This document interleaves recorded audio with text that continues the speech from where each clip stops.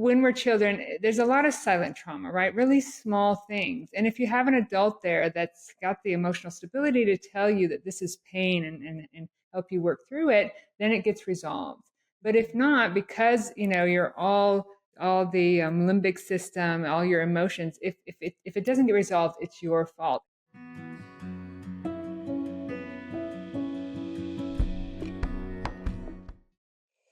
Hello, and welcome to another episode of Pay Attention. And I was talking to my guest this morning, and I'm just going to take a deep breath.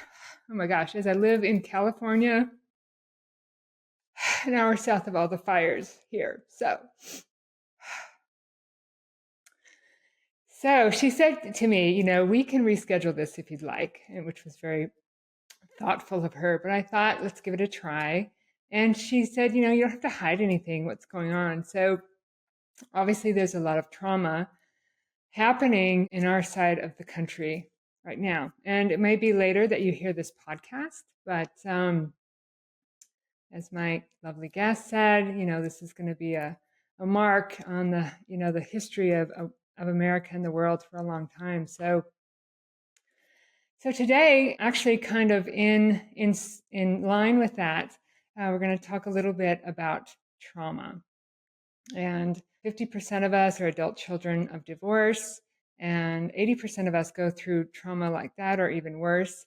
So it's a big part of the teachings that I work with, understanding that when you're young, there's when your prefrontal cortex isn't there to tell you that it's not your fault, that any traumatic events or any pain can easily turn into trauma. And that really sets us on a course. And so to help us with that, there are trauma therapists. And today I have a lovely trauma therapist, excuse me, Dr. Jenny Hughes with me. And she's not only a therapist of trauma, but she's created a program called the Brave Trauma Therapist Collective. There we go. So welcome, Jenny, to the podcast. Hi, Holly. Thank you so Yes. much for having me, and even more so for the bravery that you are demonstrating to everyone of just being honest and real and Yeah. vulnerable about what's going on. Yes, yes. And well, thank you for that space to do that. So why Mhm. don't you take a minute just to introduce yourself, how you got into trauma therapy, a little bit about your Brave Collective, which we're going to get into more later in the podcast. Yeah. And then I want to ask you, just a few, give us the basics, the 101 on trauma and some of the definitions of it.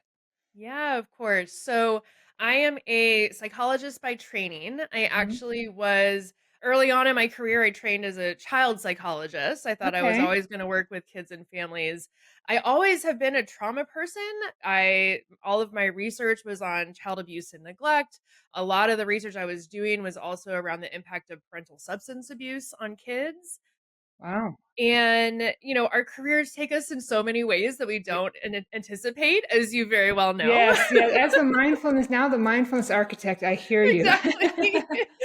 And now really in my own clinical work, I only see adults. I still Okay. get to supervise psychology interns who work with kids and families. But, our career takes us all these ways. I was the trauma psychologist at a level 1 trauma center in New Orleans. Wow. I've worked in, lots of different settings.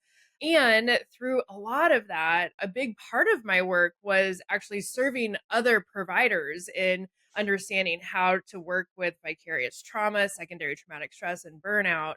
And during COVID, I was asked to help frontline workers with a lot of that. Uh-huh. And that Wow. was such a wonderful experience and opportunity for me. And it also really finally kind of pieced a lot of puzzle pieces together where I was like, yes, I'm going to do this. But who's taking care of the mental health providers who are going to be working with the frontline workers? Wow. Which brought you to Brave. Wow. Yeah, exactly. So that was sort of the windy, twisty, turny pathway that brought me to creating the Brave Trauma Therapist Collective, where I now get to work with such incredible trauma therapists who work with the full range of things. And when it comes to trauma, so many people even today still think it has to be like a big thing, right? So Right. whether it is combat exposure or physical abuse as a child or a near death car accident, like that's what people still think that trauma has to be. A dear friend of mine used this phrase a few years ago and I have since stolen it, but I often like to say Good, there's good no you can such be honest thing. about that. I know, right? But she said to me, she's like, "Jenny, I always tell my clients that there's no such thing as the trauma Olympics. Like, no one wins, right? And it's not about pitting one person's experiences against another."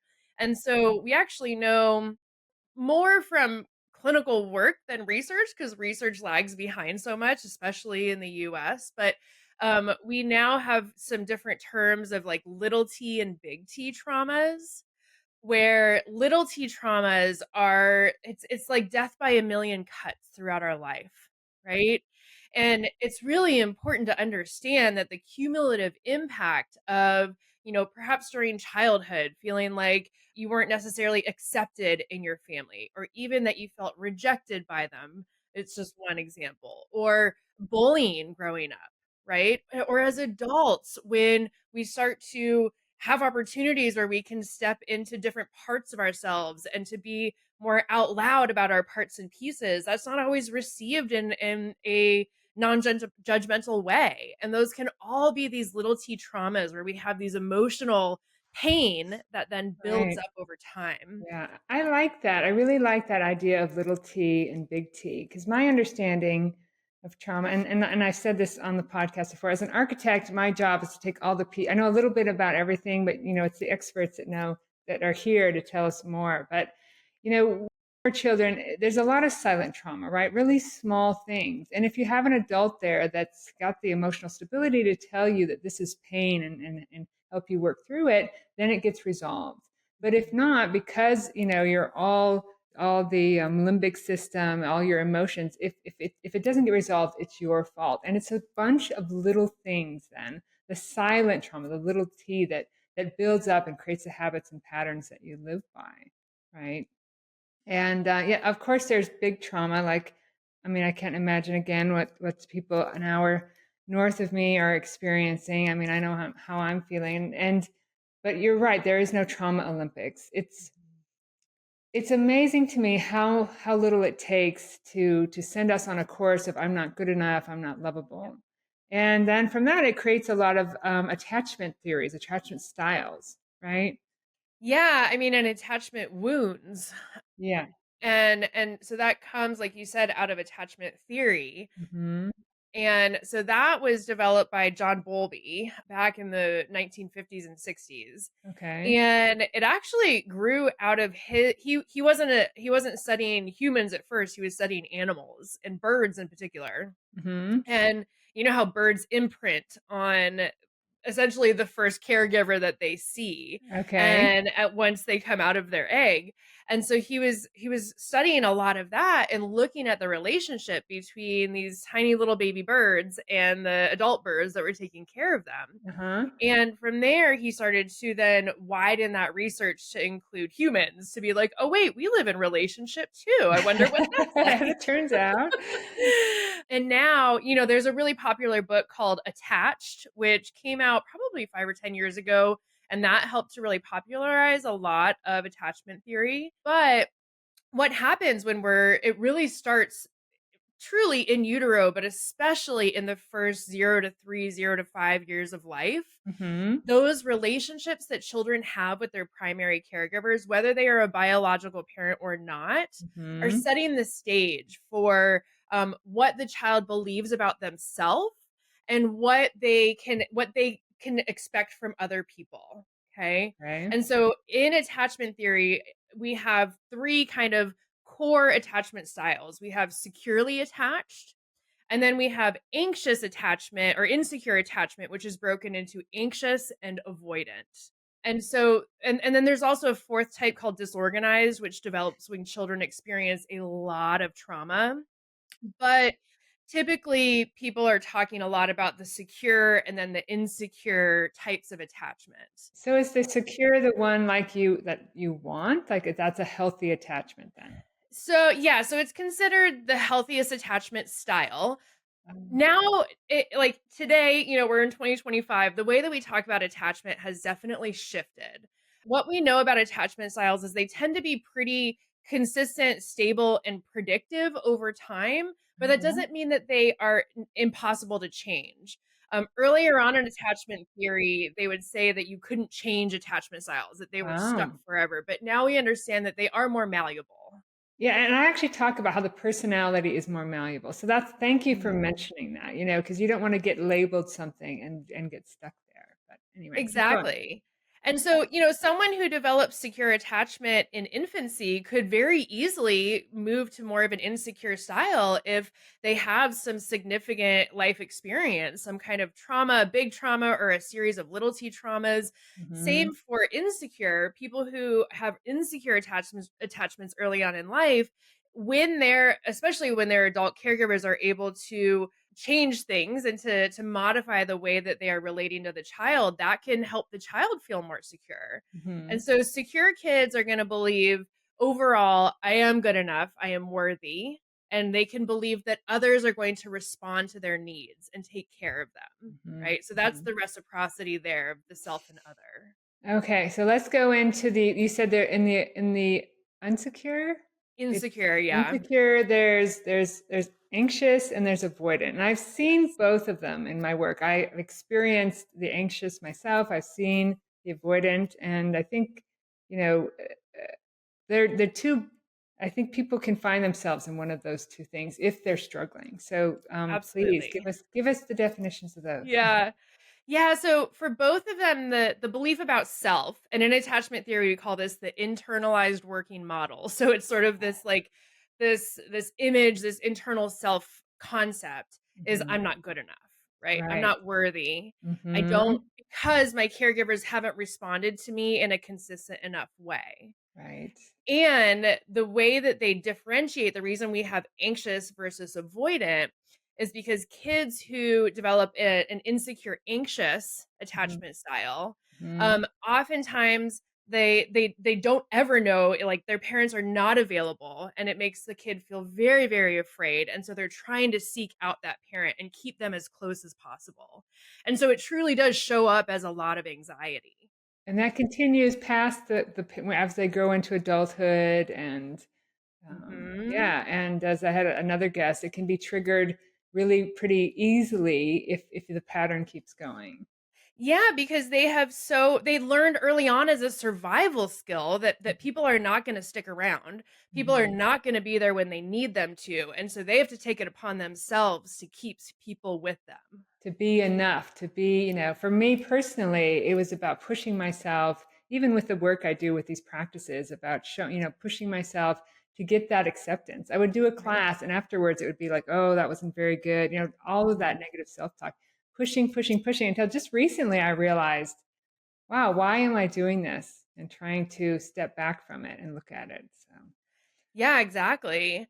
And then the insecure avoidance style mhm. is someone who oftentimes these kids have more kind of inconsistent parents who Right. sometimes are there, sometimes they're not, and there's really no kind of rhyme or reason or pattern around it.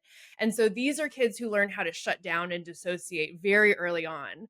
Again, I want everyone to know that anxious and avoidant attachment styles, those are superpower survival skills for children. There's nothing wrong with this. This Right. isn't the Thank you. Thank problem. you, It's not Jenny. pathological. It is the way children learn how to survive, Yeah. right? Yes, And these absolutely. kids, avoidant kids, learn that if they stay quiet, if they don't let people know how they feel, if they Hmm. push people away, Hmm. then they feel like they're in control. They feel like they are safe enough, protected enough. They still don't think that they're good enough, but at least no one knows that they're vulnerable. Yes, and I've seen that as well. Just being, the best at everything, or not needing anyone, or being totally in control of how people perceive them. Yep. Yeah, but I love what you said. It is a super survival skill, Yes. and what I teach obviously is that a lot of that's going on below our level of awareness. We don't know we're doing this, right, No. Jenny? We don't. This isn't our plan, Right. and Exactly. yeah, and as we talked about, 80% of kids deal with trauma of divorce and worse, and divorce is enough, right? When you're mother says your father doesn't love you anymore, all of a sudden it's like, holy crap, what did I do? And so that we perpetuate that, right? Yep. We keep it going, and without even knowing or giving ourselves the compassion or understanding for this is what's happened. Yep. And a lot of times that's where, your work and the therapists come in. And early on, I was teaching, obviously I teach about becoming mindfulness and being aware of your habits and patterns, paying attention.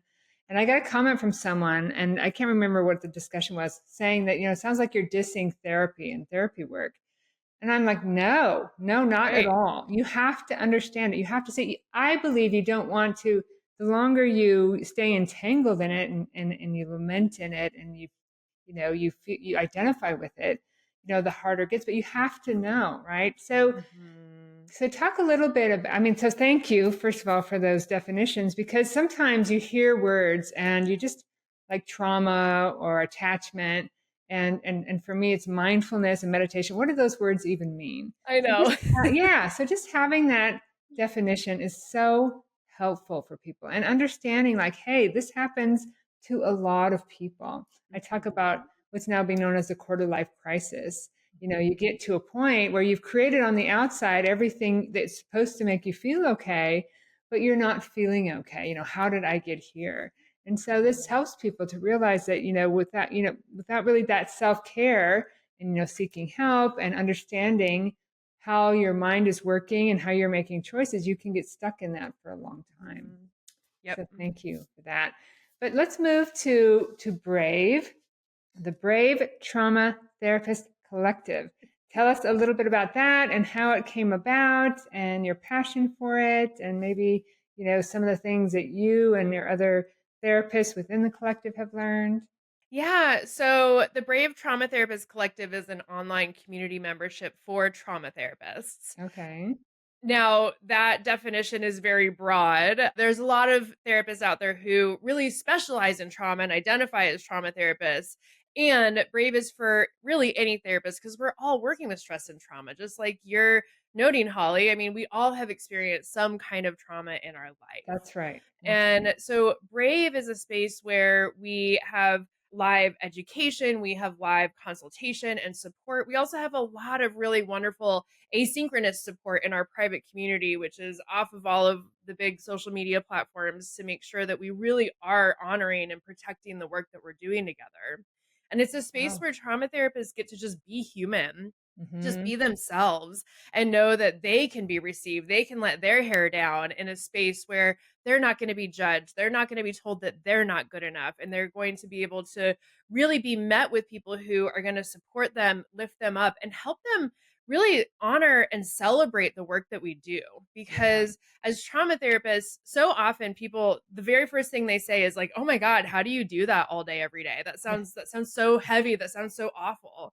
And I Right. get that I get why people ask that. And the beautiful thing about trauma work and being a trauma therapist is we have treatments that work and we get Mm-hmm. to see people get better. We Yes. truly every day get to see people get better in lots of tiny little glimmers ways along, throughout the work and in Mm-hmm. big ways too when people get to regain and reclaim their life. And that is what keeps you going as a trauma therapist, and it's something that we work on a lot in Brave. It's called vicarious resilience. Yes. And when we know, once we can learn how to identify it, really install it, feel it in our brains and bodies, and then share it amongst each other to enhance it, it makes all the difference in our practices. And so that's a lot of the work that we do together. Yeah, I can see that vicarious, where, vicarious resilience is what you're creating, but the vicarious, taking on of trauma, or, Mhm. when you're dealing with that every day. Even some of the spiritual teachers that I've looked at and that I honor, that those doubts are still, we're all still human, right? This is Yep. still a human journey. And, wanting to help others find their way and understand their trauma is very noble and very lovely, for lack of a better word. But it's gracious, right? But then there's also, understanding what that means to be on that mental battleground day after day after day. And so having that support, I imagine is really, really helpful and restorative. I mean, it just normalizes all of it, right? You can't Mhm. walk through water without getting wet. And Right. actually, the thing about vicarious trauma and vicarious resilience is they're two sides of the same coin Mhm. because they are both experienced by therapists, helpers, healers, anyone in a helping profession through empathic engagement with another human. They are Right. experienced through our connection and our humanness. I mean, there's Mhm. nothing more human than being connected, right? And so once we can learn and really internalize that we can't get vicarious resilience without also being open to the hard stuff and the vicarious trauma, but Right. that they go together to harmonize, to be able to make sure that you're not completely depleted without being renewed. And when Mhm. you get to do that in a space with other people who are on the same page as you and who are doing that work alongside with other trauma therapists, it makes all the difference. Wow. I like when you said we were connected through the humanness of who we Mhm. are. And so it's kind of a byproduct of the job, right? Or, that you're going to take on some of that through your empathy and understanding. And so, But not just take on the stress and trauma, also the beautiful work, the glimmers, the resilience, all of the progress that you're seeing in your clients. yeah, I talk about the glimpses, right? You call them Mhm. glimmers that you see when when you're working through this and you're untangling the mess and you see the space of clarity. And Right. I imagine, and I mean, like I said, in my now 24-year journey since rock bottom, geez Louise, I just had a birthday. So, so yeah, 24 years since my rock bottom, I had two therapists that were just game changers for me. They really made a difference in my Mhm. life and in my understanding of how I was living it. And so thankful for that, Mm. because without it, we make a million choices in our lives, and your life goes in. You can start in one direction, and one slight turn is going to send you off in another direction. So I'm very, very grateful for that. So we kind What do of you talked Can I on. ask you a question really quick, Holly? Sure. Why do you think that these 2 therapists had such an impact for you? What was it that made them unique or special?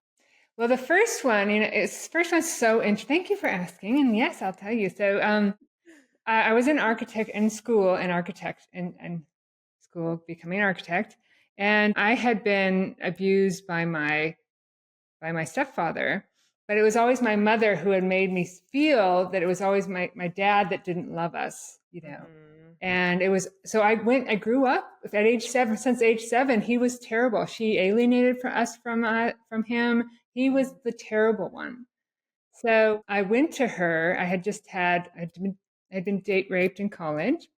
I went to her and she helped me realize that it wasn't, obviously it wasn't my fault. This was not your fault. And we worked through that and worked through that pain. And then she started asking me about my childhood. And I told her how horrible my father was, and how he had left us, and the stories and the patterns that my mother had told me.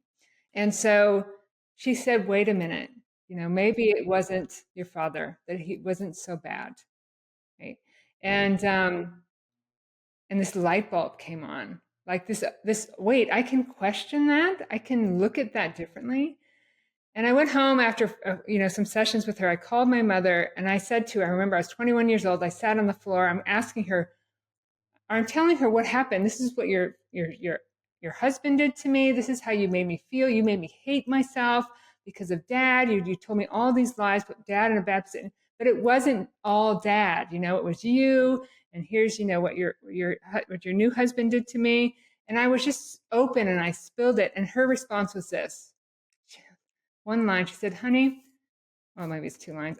"Sounds like you needed to vent, and I'm glad you got an opportunity, dear." And that was it. And that was it. Clearly, she's not taking any responsibility for any of it. And so I knew in that moment that it was my responsibility to make that change. Yeah. And it sounds like you had, and I actually had my best therapist ever was in grad school as well. Uh-huh. And I learned so much from her, both at the time and as I reflect on it. But, as therapists, we get to be an attachment figure so often for our clients, and not Mm-hmm. in a way that we are parenting or in charge of or responsible for our clients, but therapy, the relationship is so intimate and it's so unique, Yes. right? And when clients are able to experience some of these attachment wounds being healed in relationship, Yes. that is where the change happens. And that's what I'm Yes. hearing from you. And that's that Yes. humanness, that human connection, Mm-hmm. and It was. knowing that you can simply be human together, even with your Yeah, therapist. it was amazing. She was just getting started. She actually ended up being the wife of my thesis advisor in college. She's like, "Are you Ah, sure this is-" But no, it was lovely. It was a game changer. yeah, So, exactly. so as we wind up here, so for those people that maybe are just kind of like listening and going, "Wow, maybe this is where I'm, what's happened to me or something I need to look at." What would you advise for them? Yeah, so I actually have a book. It's called the PTSD Recovery Workbook. That's really, really helpful for people to use on their own and also with their therapists. I've had a lot of people reach out to me and say that they've used it in sessions with their therapists. And I've had therapists reach out and say, like, hey, I've actually never been formally trained in trauma, but this book was so helpful with my clients. And Oh, so you can lovely. easily find it on Amazon, the Good. PTSD recovery workbook. And so it's accessible for clients, for therapists, and a really great way to one, understand even more of like what is trauma, what's going on, and then to give you really actionable ways to work with it in your own life. Perfect. Perfect. And, we didn't even really get to talk about PTSD and define that. But, when Jen and I were, and she said I could call her Jen, not Dr. Hughes, we're talking about, what we're going to talk about on this podcast. There's a lot of the work we Yeah. do that's similar. So, yeah, definitely get her book. I will get your book. I'm always learning. I'm always evolving. Well, I hope I'm evolving, but my practices are always evolving. So, yeah, that sounds wonderful. And where Yeah. can people get a hold of you, therapists that are interested in joining your collective? Yeah, so head over to braveproviders.com and you Okay. can learn all the things. I have lots of free resources on my website for therapists too. I have a Hmm. vicarious trauma tracker and mini course. I also have a vicarious resilience tracker and a bunch of other free resources that are there. And so just go to braveproviders.com. You'll find all the things, including how to learn more about the Brave Trauma Therapist Collective. Okay. Wow. Well, this has been so educational. And again, I'm glad we didn't reschedule, but thank Yeah, you me for that too. space to be, where things are at here in California. And it's Yeah. been very, very lovely having you on, Dr. Jenny Hughes. And Thank you, yeah, reach out, Holly. find her book, reach out on Brave Collective. Braveproviders.com. And I apologize for keep messing up the name You're of the good. It's a long, wordy title. I probably should have been a little bit more concise, but it is what it is. It is what it is. Braveproviders.com. Get the Yep. book. And again, thank you so much for being here. Thanks, Holly. It's been a pleasure. And for the listeners, trauma is real, little t, big T. It's something most of us, I mean, if you're one of those out there that haven't experienced a lot of it, I mean, good for you, very happy for you, but it's real and it's something that can really affect your life. So, get help, reach out and you'll find your way. So, thank you so much for listening to another episode of Pay Attention, and we'll see you next time.